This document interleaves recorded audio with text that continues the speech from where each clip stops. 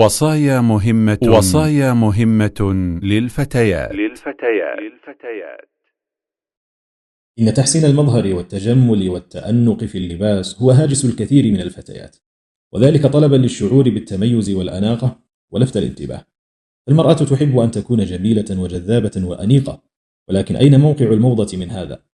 إن كانت الموضة هي اللباس الجميل والحذاء الجميل والشعر الجميل إلى محاذير شرعية وأدبية، فحيا هلا بها من موضة محمودة، والله جميل يحب الجمال.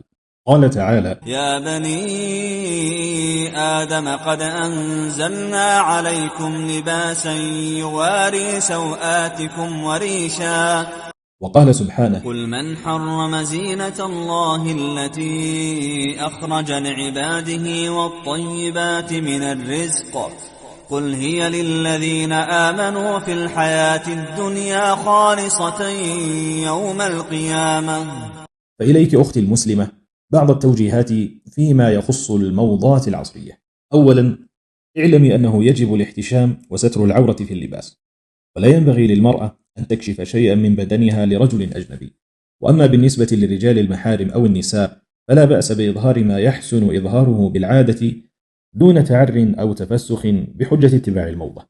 قال تعالى: يا بني آدم لا يفتننكم الشيطان كما أخرج أبويكم من الجنة ينزع عنهما لباسهما ليريهما سوآتهما.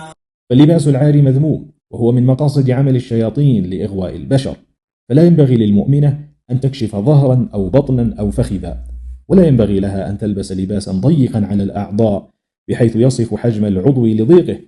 قال صلى الله عليه وسلم: صنفان من أهل النار، وذكر منهما نساء كاسيات عاريات. فهذا مما يثير الغرائز وينافي الحشمة والحياء، وكلما زاد حياء المرأة زادت الأعضاء المستورة من جسمها، والعكس صحيح.